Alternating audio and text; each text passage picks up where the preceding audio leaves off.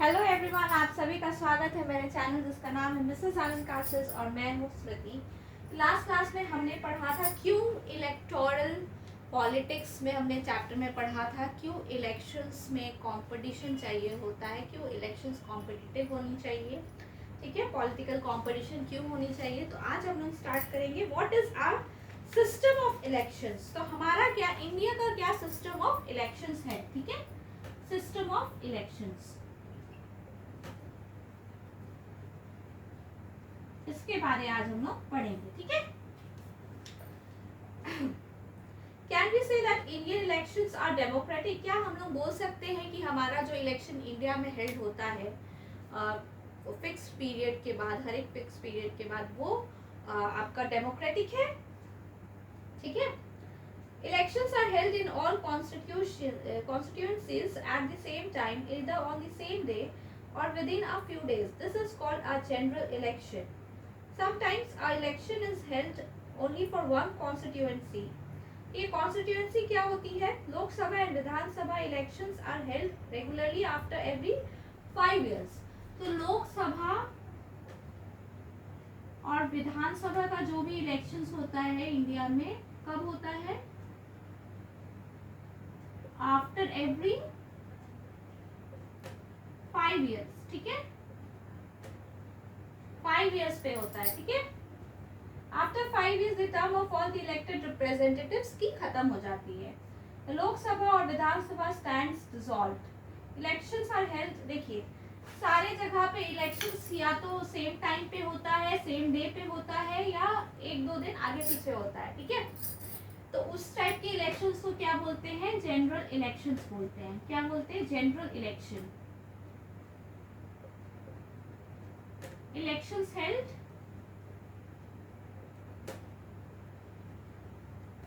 at the same place, sorry, at all places, सारे जगहों पर। ठीक है, at all places either on same day या फिर एक दो दिन आगे पीछे। ठीक है, सेम डे या फिर नेक्स्ट डे, इसको जनरल इलेक्शंस कहते हैं। ठीक है, अगर मान लीजिए कि समटाइम्स क्या होता है कि कोई वैकेंसी आ गई अचानक से, कोई जो मेंबर था, इलेक्टेड रिप्रेजेंटेटिव था, उनकी डेथ हो गई। ठीक है, तो उनके जगह पे किसी और को इलेक्ट कर रहे हैं, तो उस इलेक्शन को क्या बोलते हैं? By election, not general election. उसे क्या बोलते हैं? By election. ठीक है, बाई इलेक्शन। बहुत सारे टर्म्स है इस चैप्टर में एंड बहुत इंपॉर्टेंट एंड बेसिक टर्म्स है that you need to remember, that you need to understand. Okay, electoral constituencies क्या है? इस चैप्टर में हम लोग बेसिकली जनरल इलेक्शन के बारे में पढ़ेंगे। बाई इलेक्शन क्या होता है? रिक्वायरमेंट बेसिस पे जब हम लोग इलेक्शन करते हैं, इसको बोल सकते हैं requirement basis.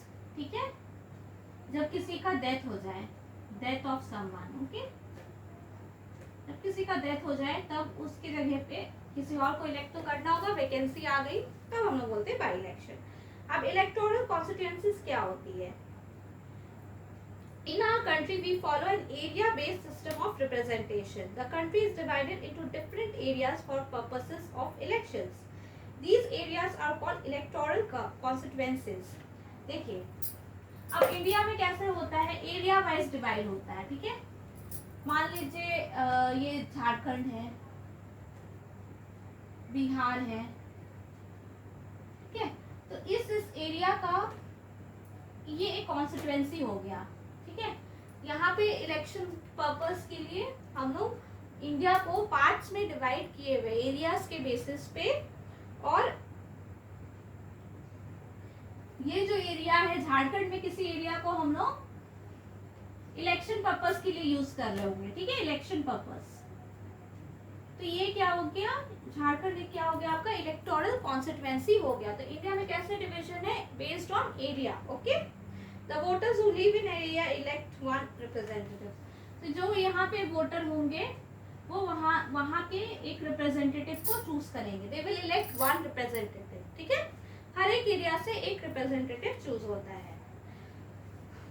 For Lok Sabha elections, the country is divided into 543 constituencies.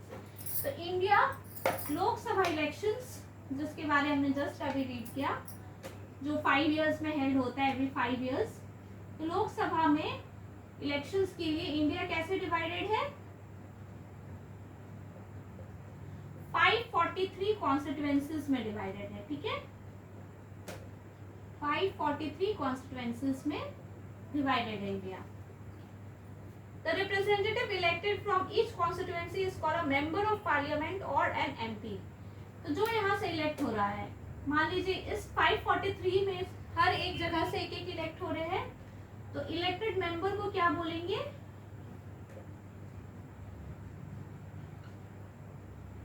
MP बोलेंगे। What is this? MP, member of parliament. Okay, member of parliament, ये पार्लियामेंट के मेंबर बन गए, ठीक है, इलेक्ट होके। One of the features of a democratic election is that every vote should have equal value। सारे जो वोट है, 543 कॉन्स्टिट्यूएंसीज है, 543 कॉन्स्टिट्यूएंसीज में आपके वोट जा रहे हैं, एरियाज में वोट जा रहे हैं, तो जितने भी वोट है उसका सिर्फ एक ही वैल्यू है, ठीक है। That is why our constitution requires that each constituency should have a roughly equal population living within it। देखिए, और एक तरीके से डिवाइड किया गया है इंडिया को 543 कॉन्स्टिट्यूशन में, कि हर एक जो कॉन्स्टिट्यूशन है, कॉन्स्टिट्यूएंसी है, मतलब हर एक जो एरिया है 543 एरियाज में डिवाइडेड है, तो जो एक एक पर एरिया है, पर एरिया में जो पॉपुलेशन है वो लगभग सेम होना चाहिए, उस बेसिस पे भी ये डिवीजन किया गया है।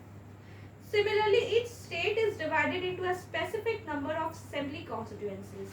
तो ये इंडिया डिवाइडेड है टोटल इतने कॉन्स्टिट्यूएंसी में, ठीक है, ये इंडिया का डिवीजन है 543। अब स्टेट, हर एक इंडिया में स्टेट है, 28 स्टेट्स हैं, तो 28 स्टेट्स की जो डिवीजन है उसको क्या बोलते हैं? असेंबली कॉन्स्टिट्यूएंसीज बोलते हैं। स्टेट का जो डिवीजन है, ठीक है, स्टेट का जो डिवीजन किया गया है उसको क्या बोलते हैं? असेंबली कॉन्स्टिट्यूएंसी बोलते हैं। क्या बोलते हैं? असेंबली कॉन्स्टिट्यूएंसी,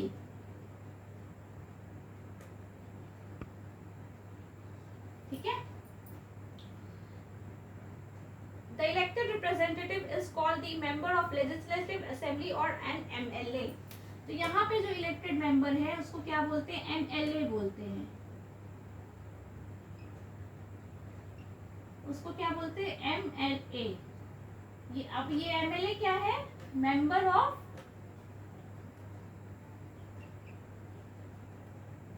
लेजिस्लेटिव असेंबली, ठीक है, member of legislative assembly। Each parliamentary constituency has within it several assembly constituencies। The same principle applies for panchayat and municipal elections में भी same principle है। Each village or town is divided into several wards that are like constituencies। तो village में क्या होता है? हर एक village किसमें divided होता है? वार्ड्स में डिवाइडेड होता है, ठीक है। ईच विलेज के बहुत सारे वार्ड्स हैं, ठीक है, बहुत सारे वार्ड्स हैं। जैसे इंडिया के कॉन्स्टिट्यूएंसीज में है, कॉन्स्टिट्यूएंसी हर एक स्टेट में सेवरल असेंबली कॉन्स्टिट्यूएंसीज है, वैसे ही एक विलेज में सेवरल वार्ड्स हैं, ठीक है। Each ward elects one member of the village or the urban local body। तो हर एक वार्ड एक रिप्रेजेंटेटिव को इलेक्ट करता है। Sometimes these constituencies are counted as seats, for each constituency represents one seat in the assembly। When we say that Lok Sabha Dal won 60 seats in Haryana, it means that candidates of Lok Dal won in 60 assembly constituencies in the state, and thus Lok Dal had 60 MLAs in the state assembly। देखिए, अब जैसे इसका meaning समझिए। अगर हम बोलते हैं कि 60 सीट्स हरियाणा में 60 सीट्स लोक दल ने जीता, ठीक है, विन किया, तो ये 60 सीट्स का मतलब क्या है कि 60 असेंबली कॉन्स्टिट्यूएंसीज जो है स्टेट में, 60 असेंबली कॉन्स्टिट्यूएंसीज के कैंडिडेट्स विन किए हैं, ठीक है। 60 सीट्स इन हरियाणा, मतलब हरियाणा एक स्टेट है, हरियाणा में 60 जो कैंडिडेट्स हैं वो 60 असेंबली कॉन्स्टिट्यूएंसीज कैंडिडेट से जीते हैं, ठीक है। जो लोक दल के कैंडिडेट से उन्होंने 60 असेंबली कॉन्स्टिट्यूएंसीज हासिल की है, विन किया है, ठीक है, स्टेट में। तो ये 60 एमएलए होंगे। अब हम लोग आगे देखते हैं रिजर्व कॉन्स्टिट्यूएंसीज। अब ये रिजर्व कॉन्स्टिट्यूएंसीज क्या होते हैं? Our constitution entitles every citizen to elect her his representative and to be elected as a representative. देखिए हमारा डेमोक्रेसी में क्या है, हमारे कॉन्स्टिट्यूशन में क्या है कि आप इलेक्ट कर सकते हैं और आपको हक है कि आप एज अ रिप्रेजेंटेटिव खड़े भी हो सकते हैं, ठीक है। The constitution makers however were worried that in open electoral competition certain weaker sections, तो जो हमारे कॉन्स्टिट्यूशन, हमारे इंडिया की कॉन्स्टिट्यूशन जिन्होंने बनाया है डॉक्टर बी.आर. अम्बेडकर और जिनका भी इसमें सपोर्टिव रोल था, उन लोगों ने सोचा कि ऐसा करने से ओपन कंपटीशन तो कर दिया हमने, लेकिन जो वीकर सेक्शंस है, the weaker sections of the society, उन्हें कैसे पावर आएगा वोट करने का? क्योंकि जो क्या बोल सकते हैं, हायर सेक्शंस ऑफ सोसाइटी और या फिर जो रिचर सेक्शंस ऑफ सोसाइटी है, वो क्या करेंगे, वीकर जो सेक्शंस है उनको नहीं देंगे अपॉर्चुनिटी कि वो भी इलेक्ट कर सके। तो इसके लिए उन्होंने क्या किया कि रिजर्वेशन वाली चीज़ लाई। तो क्या है रिजर्वेशन में, देखते हैं। So the makers of a constitution thought of a special system of reserve constituencies for the weaker section. तो हमारे जो कॉन्स्टिट्यूशन मेकर्स थे उन्होंने क्या सोचा कि हम लोग रिजर्व कर देते हैं कॉन्स्टिट्यूएंसीज। कॉन्स्टिट्यूएंसीज क्या होती है, एरियाज होती हैं, तो कुछ एरियाज को रिजर्व कर देते हैं। Some constituencies are reserved for people who belong to the scheduled castes and scheduled tribes. तो दो weaker sections हैं हमारे इंडिया में, scheduled caste and scheduled tribe, ठीक है। उनके लिए कुछ constituencies को रिजर्व किया गया है, scheduled caste and scheduled tribe। इनके लिए कुछ constituencies को रिजर्व किया गया है, ठीक है। कितने कॉन्स्टिट्यूएंसीज को रिजर्व किया गया वो हम देखते हैं।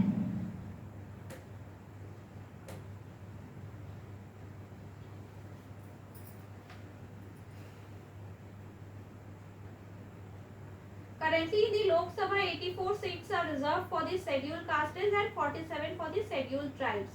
As on 26 January 2019 के तौर पे scheduled caste के लिए कितना है, 84 सीट्स है एंड 47 शेड्यूल ट्राइब्स के लिए, इनके लिए 84 सीट्स रिजर्व्ड है। ये सीट्स कोई और नहीं ले सकता है और इनके लिए 47, मतलब इतनी सारी कॉन्स्टिट्यूएंसीज, इतनी सारी एरियाज इनके लिए रिजर्व्ड है। यहाँ से कैंडिडेट जो शेड्यूल कास्ट के होंगे वो अपने सीट्स में सीट्स को ले सकते हैं, इलेक्ट हो सकते हैं, इलेक्शन में खड़े हो सकते हैं, तो इतने इनके लिए रिजर्व्ड है, ठीक है। This number is in proportion to their share in the total population. उनका जो शेयर है टोटल पॉपुलेशन में, उससे ये नंबर को निकाला गया है, ठीक है। Voters list. अब ये वोटर्स लिस्ट क्या है हम लोग आगे देखते हैं, ठीक है।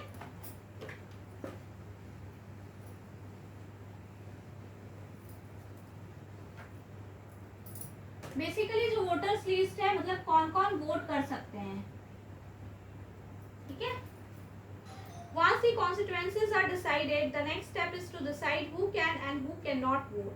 ठीक है, कौन वोट कर सकता है और कौन नहीं वोट कर सकता है। चलिए आगे हम लोग देखते हैं, ठीक है।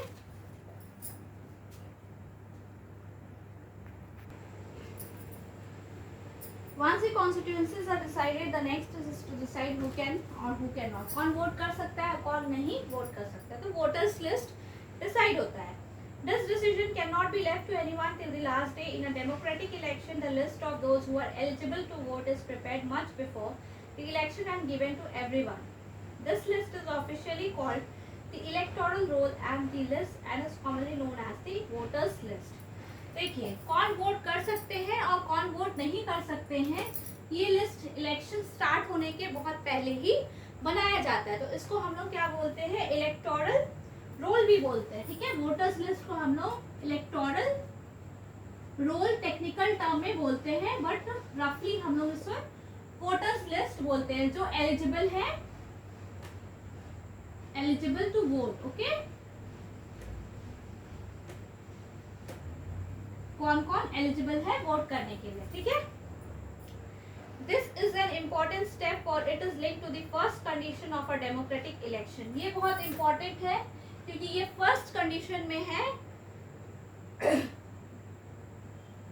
कि सारे को equal opportunity मिलनी चाहिए. तो ये first condition as for democratic country ये first condition है कि वोट करने का सबको मौका मिलना चाहिए. इसलिए एक वोटर्स लिस्ट बनाया जाता है जिसे हम लोग टेक्निकल टर्म में इलेक्टोरल रोल बोलते हैं. ठीक है, इस लिस्ट में वो सारे नेम्स होते हैं जो एलिजिबल होते हैं वोट को करने के लिए. ठीक है, इलेक्ट करने के लिए. Earlier we read about the principle of universal adult franchising. In practice it means that everyone should have one vote and each vote should have one equal value. तो क्या था यूनिवर्सल एडल्ट फ्रेंचाइजी में हमने पढ़ा था last class में.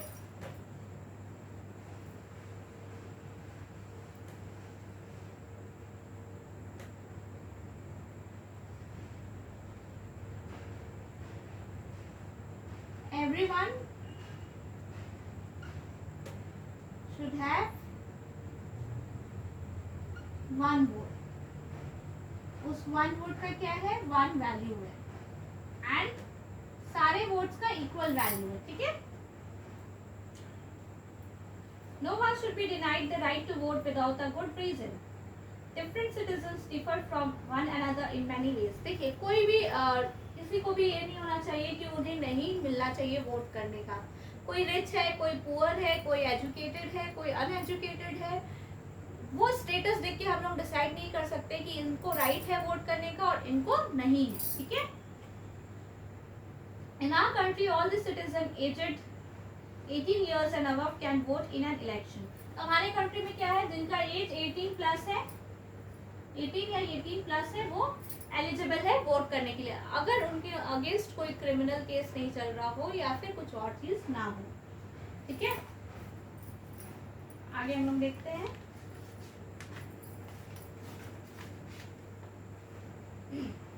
It is the responsibility of the government to get the names of all the eligible voters put on the voters list. As new person attend voting age, names are added to the voters list. जैसे ही कोई इस as में पहुंचता है तो वो भी eligible हो जाता है वोट करने के लिए. तो उनका नाम भी गवर्नमेंट का यह रिस्पॉन्सिबिलिटी है कि उनका नाम भी ऐड होना चाहिए उस वोटर लिस्ट में. ठीक है, A complete revision of the list takes place every 5 years. तो revision of the list कब होता है, every 5 years में revision of the list होता है. ठीक है, after every 5 years revision of the list take place.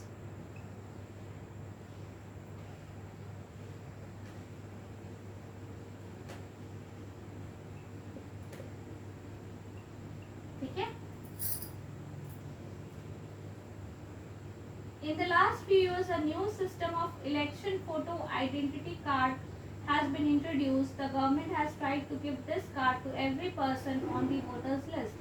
अभी रिसेंटली क्या हुआ, एपिक आ गया है. एपिक क्या है, what is this epic? Election photo identity card. Election में पार्टिसिपेट करने के लिए, मतलब आप वोट करने के लिए इस कार्ड का यूज कर सकते हैं. फोटो आइडेंटिटी, जो भी नाम वोटर लिस्ट में है वो सारे लोग ये कार्ड को यूज कर सकते हैं. ठीक है, तो सबको दिख रहा है. वो इलेक्शन फोटो आइडेंटिटी कार्ड क्या है, इलेक्शन फोटो आइडेंटिटी कार्ड. ठीक है, एपिक, ये है एपिक का meaning. The government has tried to give this card जो भी वोटर लिस्ट में उनको. The voters are required to carry this card and they will then go out to vote so that no one can vote for someone else. इसलिए ये card इसलिए दिया गया है कि कोई और किसी का वोट ना डाल दे. चीटिंग भी तो हो सकती है ना, हर जगह चीटिंग होती है. एग्जाम्स में चीटिंग होती है तो इसमें भी चीटिंग हो सकती है. तो इसलिए ये कार्ड दिया गया है. ठीक है, but the card is not yet compulsory for voting. But इसे कंपल्सरी नहीं बनाया गया. This is not compulsory. This card is not yet compulsory, ये कार्ड चाहिए ही चाहिए तब आप वोट कर सकते हैं, ऐसी कोई बात नहीं है। This is not compulsory, not compulsory for voting. Okay, आप ऐसे भी जा सकते हो, नॉट कंपल्सरी। अब नॉमिनेशन ऑफ कैंडिडेट्स, कैसे कैंडिडेट्स नॉमिनेट होते हैं, ठीक है, वो हम देख लेते हैं।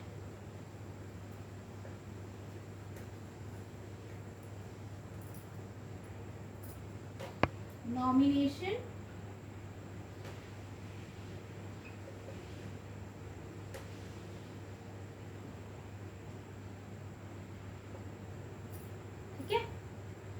This is what our system provides. Anyone who can be a voter can also become a candidate in elections. The only difference is that in order to be a candidate, the minimum age is 25 years, while it is only 18 years for being a voter. देखिए कैसे आप candidate बन सकते हैं। आप खुद भी तो हो सकता है कि आपको इलेक्शन में खड़े होने का मन करे, you want to stand up for the election. So what is the criteria for that? You should be minimum 25 years of age, ठीक है, मिनिमम 25 years of age, तब आप इलेक्शन में खड़े हो सकते हैं as a candidate. Otherwise voting के लिए कितना चाहिए? 18 चाहिए, बट इलेक्शन के लिए you need to have 25 years of age, ठीक है। There are some other restrictions on criminals, criminals पे कुछ और रेस्ट्रिक्शंस है बट वो ज्यादा जरूरी नहीं है। Political parties nominate their candidates who get the party symbol and support. जो पॉलिटिकल पार्टीज हैं वो अपने कैंडिडेट को इलेक्ट करती है, ठीक है। जब वो इलेक्ट कर देती है तो उन्हें क्या मिलता है? पार्टी सिंबल मिलता है और सपोर्ट मिलता है। Parties nomination is often called party ticket. Party का जो नॉमिनेशन होता है उसे क्या बोला जाता है? टिकट बोला जाता है। So every person who wishes to contest an election has to fill a nomination form. जो भी चाहते हैं कि वो इलेक्शन को कॉन्टेस्ट करें, वो इलेक्शन में खड़े हो, तो उन्हें क्या भरना पड़ता है? They have to fill a nomination form, जिसमें बेसिक डिटेल्स मांगी जाती है। If you want to contest an election, if you want to be an election, be as a candidate in an election, you need to fill a nomination form. And you have to submit some money as security deposit. Okay, two things you have to do. You have to fill a nomination form and you have to give some amount of money as security deposit. Okay. Excuse me. A new system of declaration has been introduced on direction from the Supreme Court. Every candidate has to make a legal declaration. So, इसके बाद अभी क्या add हो गया है? First तो nomination form है, second security deposit है, थर्ड है डिक्लेरेशन। कुछ डिक्लेरेशन अभी सुप्रीम कोर्ट ने डिक्लेयर किया है कि ये सब भी एज अ कैंडिडेट आपको फुलफिल करना पड़ेगा, ठीक है। Declaration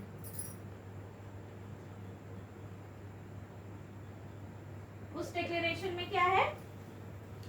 serious criminal cases pending against the candidate, details of the assets and liabilities of the candidate and his or her family, educational qualifications of the candidate, ये सारे information देने पड़ेंगे और ये सारी इंफॉर्मेशन पब्लिक होती है। 3 इंफॉर्मेशन है, कुछ सीरियस क्रिमिनल केसेस तो नहीं है, और उनकी एसेट्स क्या है, लाइबिलिटीज क्या है उनकी या उनकी फैमिली की, और उनका एजुकेशनल क्वालिफिकेशन क्या है।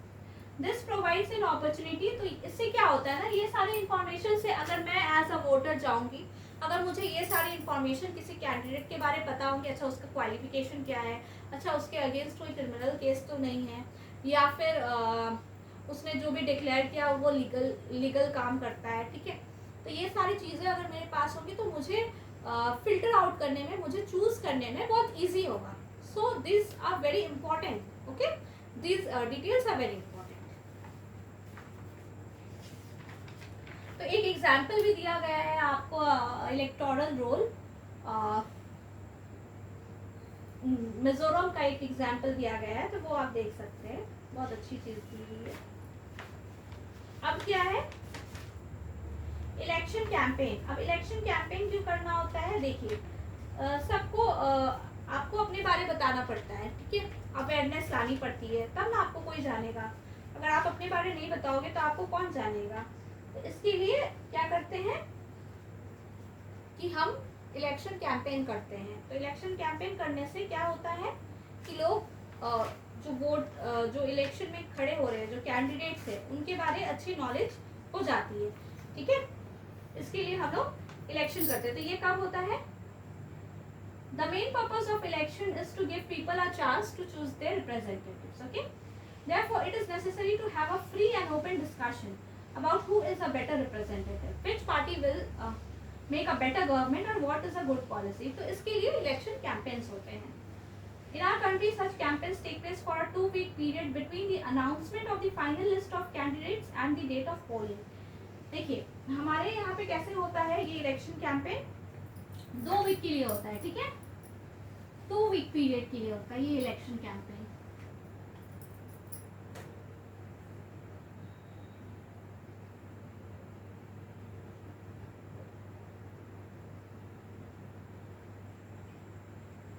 वीक पीरियड के लिए होता है। ये कब से कब आप कर सकते हैं? फाइनल लिस्ट का जो अनाउंसमेंट होता है,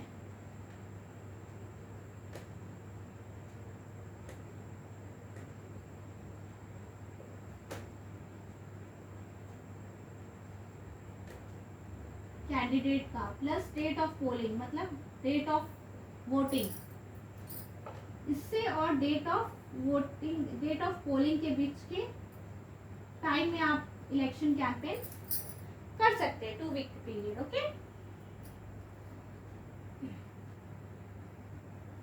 during this period the candidates contact their voters, political leaders, address election meetings and political parties mobilize their supporters. Political parties start preparing for elections month before they actually take place. ठीक है, तो इससे बहुत सारे फायदा होता है। तो इससे क्या होता है इलेक्शन कैंपेन में, जो पॉलिटिकल पार्टीज होती है वो पब्लिक को फेस करती है, पब्लिक के प्रॉब्लम्स को जानती है, उन्हें बताती हैं कि अगर इस प्रॉब्लम का मैं आपको इस तरीके से सॉल्यूशन दे सकता हूँ, ठीक है। तो जैसे Congress party led by Indira Gandhi gave the slogan of गरीबी हटाओ। तो उन्होंने क्या बोला था, उन्होंने क्या प्रॉमिस नहीं, उन्होंने क्या बोला था लोगों के लिए क्या करेंगे, वो गरीबी को हटाएंगे, वो पॉवर्टी को रिमूव करेंगे, ठीक है। Save democracy was the slogan given by Janata Party under the leadership of Jayaprakash Narayan, कि हम डेमोक्रेसी को सेव करेंगे। उसी तरीके से left front use the slogan of land to the tiller, protect the self respect of the Telugus. तो ये सारे कुछ स्लोगन्स हैं जो फेमस पार्टीज ने दी थी। तो according to our election law, no party और कैंडिडेट, देखिए कोई भी पार्टी या कैंडिडेट थ्रेटन नहीं कर सकते हैं या फिर घूस नहीं दे सकते वोटर्स को कि आप मुझे वोट कीजिए, पैसे नहीं दे सकते हैं, ठीक है। कास्ट या रिलीजन के नाम पे नहीं बोल सकते मैं आपके कास्ट का तो मुझे वोट कीजिए। This is not allowed in a democratic country. They can only tell about what they can do for the people as a whole, but they cannot bribe them, they cannot tell them in the name of the religion और cast कि आप मुझे vote करो, मैं आपके cast का हूँ, मैं आपके रिलीजन का हूँ। तो ऐसा नहीं करना है। Use government resources for election campaign, government के रिसोर्सेज को इलेक्शन कैंपेन में यूज नहीं कर सकते। 25 लाख से ज़्यादा नहीं स्पेंड कर सकते हैं, ठीक है, कॉन्स्टिट्यूशन में फॉर लोकसभा इलेक्शन, या फिर 10 लाख से ज़्यादा जो भी कॉन्स्टिट्यूशन या स्टेट असेंबली के इलेक्शंस होते हैं उसमें नहीं कर सकते हैं। तो कुछ कोड ऑफ कंडक्ट होता है जो फॉलो करना पड़ता है, ठीक है। नो पार्टी और candidate can use any place of worship for election propaganda, कोई भी मंदिर या मस्जिद को यूज नहीं कर सकता है इलेक्शन के पर्पस के लिए, ठीक है। यूज गवर्नमेंट व्हीकल्स गवर्नमेंट का नहीं यूज कर सकते हैं। Once elections are announced, minister shall not lay foundation stones of any projects. तो ये सब 4 पॉइंट्स हैं जो नहीं कर सकते, ठीक है। अब इसके आगे हम लोग नेक्स्ट क्लास में देखेंगे polling and counting of votes से हम लोग नेक्स्ट पार्ट में, थर्ड पार्ट में कवर करेंगे, ठीक है। इसके आगे के जो भी पोर्शन है इस चैप्टर के, ये चैप्टर बहुत बड़ा है तो इसलिए इसके आगे के पोर्शन को हम लोग नेक्स्ट क्लास में कंप्लीट करके ये चैप्टर को कंप्लीट करेंगे, ठीक है। तब तक के लिए आप रिवाइज कीजिए जितना मैंने दिया है आपको, और इसके साथ ही आज का सेशन कंप्लीट होता है। Thanks for watching my video.